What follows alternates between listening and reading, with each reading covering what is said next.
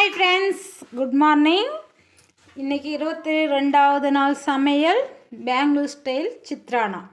எப்படி சமைக்கிறதுன்னு வாங்க வீடியோக்குள்ளே போகலாம். உங்களுடைய சப்போர்ட் தான் எங்களுடைய முன்னேற்றம். எல்லா ஃப்ரெண்ட்ஸும் பார்க்குறீங்க, மறக்காமல் லைக் பட்டன் அமுத்துங்க, கமெண்ட் பண்ணுங்கள். ஃப்ரெண்ட்ஸ் வாங்க எப்படி சமைக்கிறதுன்னு வீடியோக்குள்ளே போகலாம். ஹாய் ஃப்ரெண்ட்ஸ், எல்லாருக்கும் வெரி குட் மார்னிங். இன்றைக்கி 22வது நாள் சமையல் ஈஸியான லஞ்ச் பாக்ஸ் சித்ரானா. பெங்களூர்லலாம் ரொம்ப ஃபேமஸ். காலையில் டிஃபனுக்கு எல்லா ஹோட்டலையுமே எப்படி இட்லி சட்னி சாம்பார் விற்குமோ அந்தளவுக்கு சித்ரானாவும் விற்கும். அதுதான் இன்றைக்கி காலையில் டிஃபன் நம்ம லஞ்ச் பாக்ஸுக்கு செய்கிறது. வேர்க்கடலை கொஞ்சமாக எண்ணெய் ஊற்றி வேர்க்கடலையை சிம்மிலே வச்சு வறுத்துக்கலாம் ஃப்ரெண்ட்ஸ்.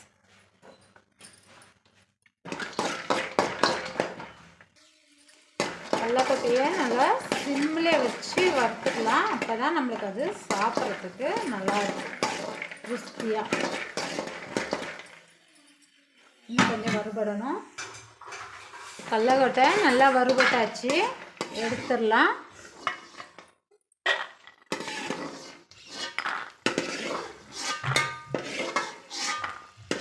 தீயை விட்டுறாதீங்க.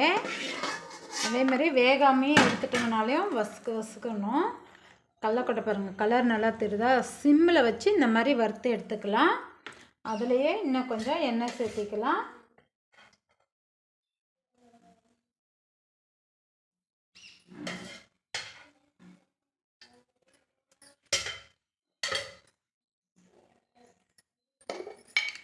எண்ணெய் சேர்த்துட்டு ஸ்டவ் ஃபாஸ்ட் பண்ணிக்கலாம்.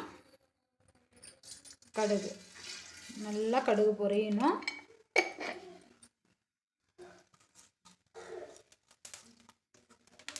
பெருங்காயம்,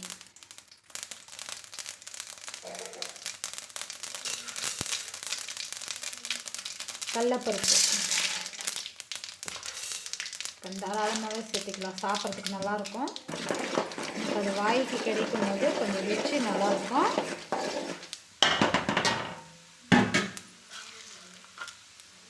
உளுத்தம்பருப்பு இது நம்ம தேவைக்கு தான், அளவுன்றது ஒன்றும் இல்லை.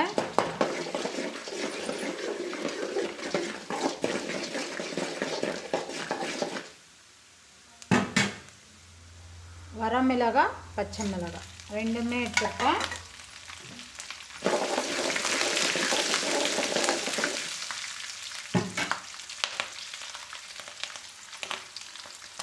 நம்ம எண்ணெயிலே மஞ்சள் தூள் சேர்த்திக்கலாம்.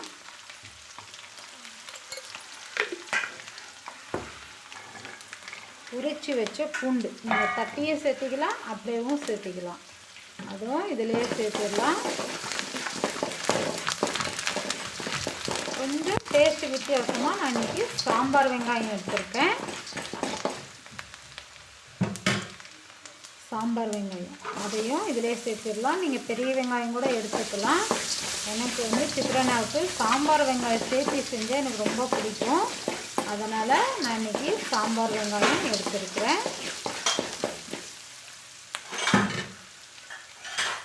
தேவையான அளவு உப்பு இப்போ கொஞ்சம் சேர்த்திக்கலாம். முழுசாக சேர்த்தாதீங்க. கொஞ்சம் வெங்காயத்தில் வணங்கும் போது கொஞ்சம் தக்காளியில் கொஞ்சம் சேர்த்துக்கலாம். வெங்காயம் நல்லா வணங்கட்டும். சாம்பார் வெங்காயம் டக்குன்னு நம்மளுக்கு வணங்கிடும், ரொம்ப நேரம் டைம் எடுக்காது. தக்காளியும் இதிலேயே சேர்த்துட்டு நல்லா வணக்கிக்கலாம் ஃப்ரெண்ட்ஸ். தக்காளியை உடனே தக்காளி இதுலேயே உப்பு சேர்த்தணுங்கன்னா தக்காளியே சீக்கிரம் வணங்கிடும்.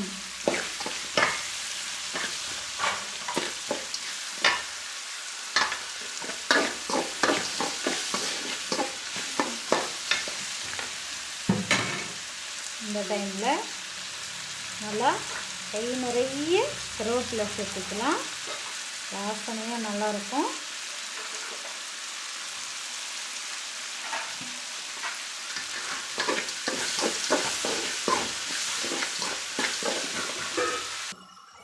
தக்காளி பழம் பாருங்கள் நல்லா வணக்கிக்கலாம்.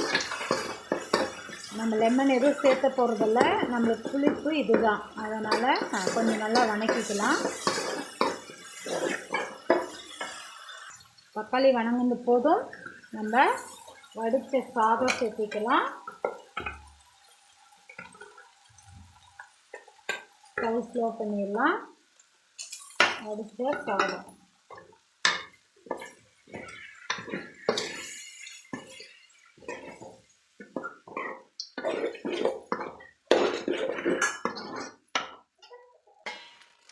சாதம் கிளறியாச்சு. ஸ்டவ்வை அணைச்சிடலாம். அணைச்சிட்டு கொத்தமல்லி தலையும் நம்ம வறுத்து வச்சுங்க இல்லையா வேர்க்கடலை கடலக்கொட்டை அதையும் இதிலையே சேர்த்துட்டு ஒரு கிளறுனா பெங்களூர் ஸ்டைல் சித்ரானா ரெடி ஆகிருச்சு. உங்களுக்கு வேர்க்கடலை கம்மியாக வேணும்னா கம்மியாகவே சேர்த்திக்கோங்க.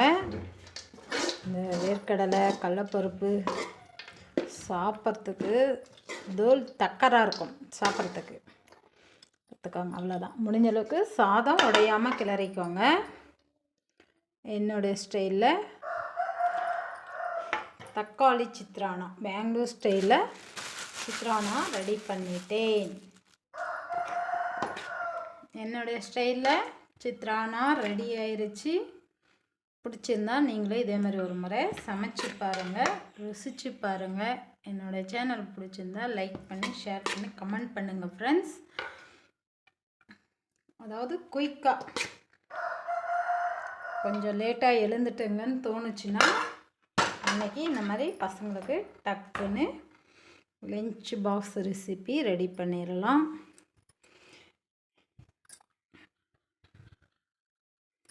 இன்றைக்கி 22வது நாள் சமையல் இதுதான். நீங்களும் சமைங்க, ருசிங்க. பை ஃப்ரெண்ட்ஸ், நெக்ஸ்ட் வீடியோவில் சந்திக்கிறேன். Bye bye.